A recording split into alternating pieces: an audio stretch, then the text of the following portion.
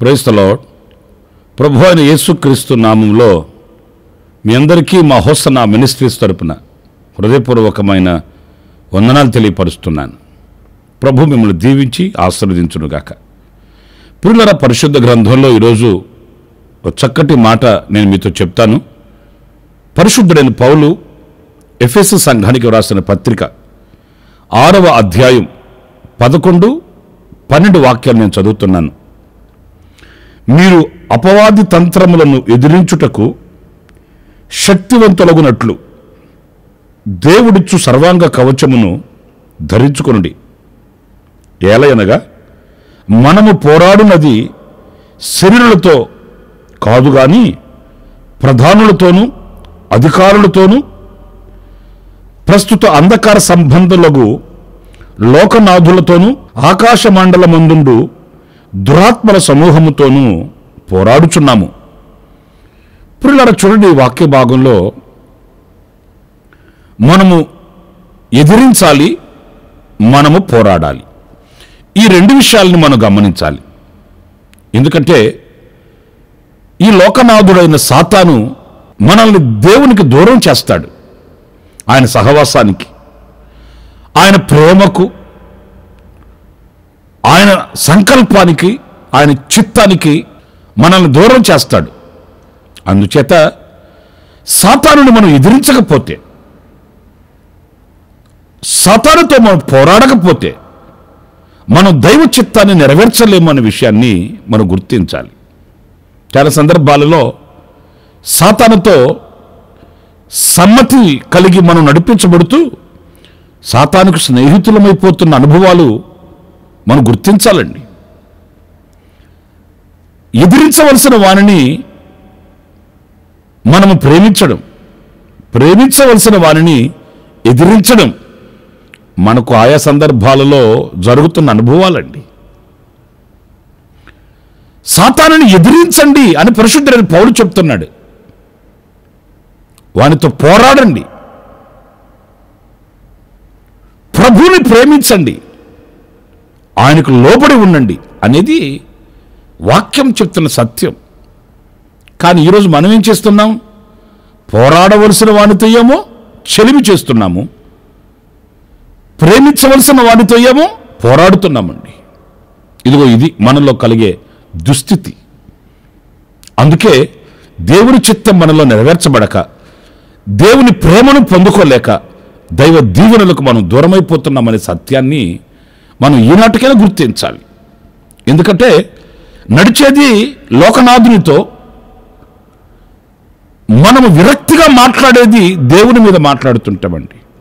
దేవుడు నాకు అది చేయలేదు, నాకు ఇది చేయలేదు, నాకు అంత ఇవ్వలేదు, నాకు ఎంత ఇవ్వలేదు, నన్ను ఆయన ఎలా చూస్తున్నాడు, అలా చూస్తున్నాడు అని దేవుని మీద మనం నెపాలు వేస్తుంటాము. అది అలవాటైపోయింది మనకు. అంతేగాని నేను ప్రభుతో ఎలాంటి సత్సంబంధం కలిగి ఉన్నాను, ఆయనతో నాకున్న సహవాసం ఏంటి, ఆయనను ఎలా ప్రేమిస్తున్నాను, ఆయనను ఎలా నేను వెంబడిస్తున్నాను అనే ప్రశ్న, పర్యవేక్షణ మనకు కలగట్లేదు. అందుకే సంఘానికి ఆయన పత్రిక రాస్తూ ఈ పత్రికలో సంఘానికి చాలా విఫలంగా రాశాడు. అపవాదిని ఎదిరించండి. మీరు మొదటి వాక్యంలో 11వ వాక్యంలో చూస్తారు, మీరు అపవాది తంత్రములను ఎదిరించుటకు శక్తి గలవారగుటకు సర్వాంగ కవచమును ధరించుకొనండి, మీరు ఎదిరించండి అనేది. అయితే ఇక్కడ ఆ సాతానుని ఎదిరించాలంటే ఎలా ఎదిరించాలో కూడా చెప్పాడండి. ఎలా ఎదిరించాలి అని అంటే కొన్ని విషయాలు ఇక్కడ మనం చదువుకుంటూ వెళితే ఇదే వాక్యంలో మనకు కనబడుతున్న మాట, సర్వాంగ కవచమును ధరించుకొని అప్పుడు ఎదిరించాలట. అంటే సాతానుతో మనం పోరాడేటప్పుడు, వాడిని ఎదిరించేటప్పుడు మొదట మనల్ని మనం చూసుకోవాలి. నేను ఆ సర్వాంగ కవచం ఏంటి? ఆ సర్వాంగ కవచము దేవుని వాక్యం అంటుంది, మీరు క్రీస్తుని ధరించుకొని ఉన్నారు అంటే ఆ కవచాన్ని మనం కలిగి ఉండాలి. ఆ కవచాన్ని మనం ధరించుకొని ఉన్నప్పుడే సాతాను యొక్క అగ్ని బాణములను మనం తప్పించుకోగలుగుతామండి. అలా కాకుండా ఏదో నామకావాస్తిగా, నా చేతుల్లో కూడా బైబుల్ ఉంది, మా ఇంట్లో కూడా క్యాలెండర్లు ఉన్నాయి, టేప్ రికార్డులో క్యాసెట్లు ఉన్నాయి, క్రిస్మస్ పండుగ కూడా చేసాం, ఈస్టర్ పండుగ బాగా ఏడ్చాం, ఇంటి చుట్టూ వాక్యాలు ఉన్నాయి, చేతుల్లో బైబిల్ ఉంది అనుకుంటే కాదండి. మనం ధరించుకోవాలి. క్రీస్తుని మనం ధరించుకున్నప్పుడు, ఆయన స్వభావాన్ని మనం ధరించుకున్నప్పుడు, ఆయన సంకల్పానికి మనం అప్పగించుకున్నప్పుడు, ఆయన యొక్క క్రియలు మనలో ప్రత్యక్షం అవుతున్నప్పుడు సాతానుతో మనం పోరాడవచ్చండి.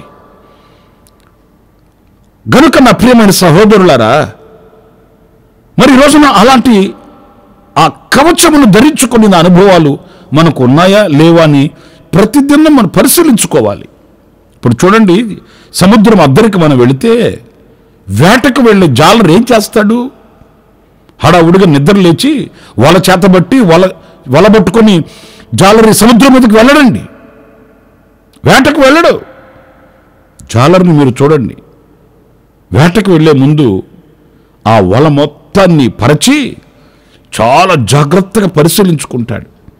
వల ఏమైనా చిరిగిపోయి ఉందా, బెజ్జాలు పడి ఉందా? ఎందుకంటే కష్టపడుతున్న కష్టం కనబడుతుందే కానీ ప్రతిఫలం కనబడదు. అందుచేత ఏం చేస్తాడు అంటే ఆ జాలరి పరిశీలించుకుంటాడు. అదే సందర్భంలో ఒక దేశం మీదకి, ఒక దేశం యుద్ధానికి వెళుతుంది అనుకోండి, మొదట ఏం చేస్తాడు? తన దగ్గర ఉన్న సామర్థ్యత ఏంటి, సైన్యం అంతా, సామాగ్రి అంతా పరిశీలించుకుంటారు. ప్రతిదీ కూడా పరిశీలించుకొని ఆ తర్వాత పోరాడడానికి వెళతారు. కానీ విశ్వాసపు పోరాటంలో మనం ఎవరిదో మనకు తెలియకుండా, మన స్థితి ఏంటో మనకు తెలియకుండా, మనం క్రీస్తుని ధరించుకొని ఉన్నామా లేదా అనే పరిశీలన లేకుండా మనం ఏదో చేయాలని ముందుకు వెళుతుంటాము, అపజయాలమయమైపోతుంటాము. కనుక నా ప్రియ సహోదరులారా, సాతానుని ఎదిరించి వానితో పోరాడాలట. ఎలా అనంటే ఆయనను సర్వాంగ కవచముగా ఆయనను ధరించుకొని మనము సాతానుతో పోరాడాలని పరిశుద్ధులైన పౌలు ఈ సంఘానికి నేర్పిస్తున్న ఓ పాఠం. ఇంకా మరొక విషయాన్ని నేను మీతో చెప్తాను. ఎలా సాతానుతో పోరాడాలి, దేనితో పోరాడాలంటే రెండవది ప్రార్థన అనుభవం కలిగి ఉండాలి. ప్రార్థనతో మనం పోరాడవచ్చండి సాతానుతో. ఎందుకంటే సాతాను శోధిస్తాడు. సాతాను శోధకుడు. మనల్ని నిమ్మలంగా, నెమ్మదిగా, విశ్రాంతిగా, ప్రశాంతంగా ఉండనివ్వడు, శోధిస్తాడు. ఆ శోధకుని మనం దేని చేత ఎదుర్కోవాలి, దేని చేత అతనితో పోరాడాలి, దేని చేత అతనిని మనం జయించాలి అనంటే ప్రార్థన ద్వారా. చూడండి, లూకాసు వార్త 11వ అధ్యాయం 4వ వాక్యం నేను చదువుతాను. మేము మాకిచ్చి ఉన్న ప్రతి వానిని క్షమించుచున్నాము గనుక మా పాపములను క్షమించుము, మమ్మును శోధనలోనికి తేకుము అని పలుకుడని వారితో చెప్పెను. శోధనలోనికి తేకము అని మీరు ప్రార్థన చేయండి అని చెప్పాడట ఆయన. నిజమే. ఆ శోధకుడిని మనం జయించి ఆ శోధనలలో మనం ప్రవేశించకుండా మనం కాపాడబడాలి, సాతానికి సిగ్గు కలుగు చేయాలనంటే మనం ఆ ప్రార్థన చేసేడు వారం అయి ఉండాలండి. పురులారా, నేను ఒక మాట మీతో చెప్తాను. మన కొరకు చాలామంది ప్రార్థన చేసేవాళ్ళు ఉన్నారు, కానీ మనం ప్రార్థన చేస్తున్నామా? కొందరు పురుషులు చెప్తుంటారు, ఏమండి మా ఆవిడ చాలా ప్రార్థన పరురాలండి, ఎప్పుడు ప్రార్థన చేస్తుంటుందండి, ఆమె ప్రార్థనతోనే మేము కాపాడబడుతున్నామండి అని చెప్తాడు. సరే కానీ ఆవిడ నీ కొరకు ప్రార్థన చేస్తుంది, మరి నీవెప్పుడైనా ప్రార్థన చేసావా? సాతానుని ఎదిరించవలసింది, సాతానుతో పోరాడవలసింది నీవా ఆవిడ? చాలా అమాయకమైనటువంటి, అయోమయమైనటువంటి పరిస్థితులండి. చాలామంది చెప్తుంటారు, మా తల్లిదండ్రులు మా కొరకు ప్రార్థన చేస్తున్నారు. మంచిదే, ప్రార్థన చేయడం మంచిదే. మా సేవకులు ఎప్పుడు, దేవుని సేవకులు మా కొరకు ప్రార్థన చేస్తుంటారు, మంచిదే. ఎంతమంది మన కొరకు ప్రార్థన చేసే సైన్య సమూహం ఉన్నప్పటికీ మనము ప్రార్థన అనే శక్తిని కలిగి ఉండాలండి. ప్రార్థన చేత సాతానుని ఎదిరించాలి. ప్రార్థనలో మనం నిలిచి ప్రార్థన ద్వారా ఎదిరించాలి. మన మనసులో కలిగే ఆలోచనలే కానివ్వండి, మన మనసుకు వచ్చే ఊహలే కానివ్వండి, సాతానుగాడు వేసే అగ్ని బాణములే కానివ్వండి, ఇవన్నీ కూడా ప్రార్థన అనే శక్తితోనే మనం జయించగలుగుతాము, సాతానుని ఓడించగలుగుతామనే విషయాన్ని మర్చిపోకూడదండి. ఎదిరించాలి ఎదిరించాలి అంటే ఎలా ఎదిరిస్తాము? మనం ప్రభు సన్నిధిలో మోకాళ్ళు వేయగలిగితే, ప్రభు సన్నిధిలో మనం కన్నీరు కార్చగలిగితే, ప్రభు సన్నిధిలో మనం దోషులొగ్గగలిగితే, చేతులు జోడించి ప్రభు సన్నిధిలో మనం ప్రార్థించగలిగితే, మన కొరకు ప్రభు ఎంత శక్తిని ఆయన మన మీద ప్రకాశింపచేయడానికైనా, ఎంత శక్తిని మనకు అనుగ్రహించుటకైనా ఆయన సిద్ధంగా ఉన్నాడు. సాతానుని మనం సులువుగా ఎదిరించి పోరాడి మనం జయించగలమనే విషయాన్ని ఈ వాక్యం మనకు చెబుతుంది. మన శక్తితో, మన భక్తితో కాదండి, మన తెలివితేటలతో, మనకున్న జ్ఞాన సంపదతో కాదు. ప్రభు సన్నిధిలో ప్రార్థన చేసి ఆ ప్రార్థన అనుభవాలు కలిగే శక్తి చేత మనం సాతానుని ఎదిరించగలుగుతాం. ఇక ఆఖరిగా ఇంకొక చిన్న మాట కూడా నేను మీకు జ్ఞాపకం చేయాలి. అదేంటంటే ఎఫెసీ పత్రికలోనే 6వ అధ్యాయంలో 16వ వాక్యంలో రాయబడిన మాట, ఇవన్నీ గాక విశ్వాసమను డాలు పట్టుకునుడి. అంటే విశ్వాసపు అనుభవం మనకు ఉండాలండి. దానిని డాలుతో పోల్చాడు. ఈ తర్వాత వాక్యం కూడా మనం చదివితే, దానితో మీరు దుష్టిని అగ్ని బాణములన్నిటినీ ఆర్పుటకు శక్తిమంతులవుదురు. విశ్వాసం అనే డాలు ఉండాలంటే. ప్రియమైన వారులారా చూడండి, విశ్వాసము అనేది చాలా శక్తి కలిగింది. ఈరోజు విశ్వాసం అని పేరు పెట్టుకుంటున్నాం, కానీ మనలో విశ్వాసం ఎంతవరకు ఉంది? ఈ మాట మనం చెప్పి చెప్పి విని విని చాలా పాతదైపోయింది. విశ్వాసము, ప్రేమ, పరిశుద్ధత, సమర్పణ ఇలాంటి మాటలు మనం చిన్నప్పటి నుంచి విని విని విని అసలు ఆ మాటలో ఉన్న అర్థం కూడా ఎరుగకయే ఆ పదాలు, ఆ మాటలు పాతవైపోయినాయండి. మీలో ఎవరినైనా మీకు విశ్వాసం ఉందా అన్నమనుకోండి, ఎర్రి చూపులు చూస్తారు. ఏమయ్యా, నా పేరే విశ్వాసి, మా కుటుంబమే విశ్వాస కుటుంబం. నిజమే, విశ్వాస కుటుంబమే కావచ్చు, మీ పేరే విశ్వాసి కావచ్చు, కానీ విశ్వాసపు క్రియలు ఉండాలి కదా, విశ్వాసపు సంభాషణ ఉండాలి కదా, విశ్వాసము హృదయంలో నింపుకోవాలి కదండి. ఈ విశ్వాసము గనక మనలో ఉంటే మనం అగ్ని బాణములను ఎదిరించగలుగుతామట, సాతాను యొక్క అగ్ని బాణములను.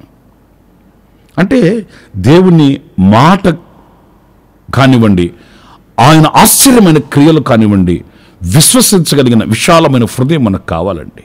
కొంతమంది బైబిల్ చదువుతూనే ఉంటారు, వాక్యం చదువుతూనే ఉంటారు, కానీ విశ్వసించలేరండి. స్వస్థతలు ఇప్పుడు ఎక్కడున్నాయి? అవి ఎప్పుడో మొదటి శతాబ్దంలో అయిపోయినాయి కదా. నేను ఒక్క మాట అడుగుతానండి, అదేంటంటే దేవుని వాక్యం మొదటి శతాబ్దంలో ఆగిపోయిందా?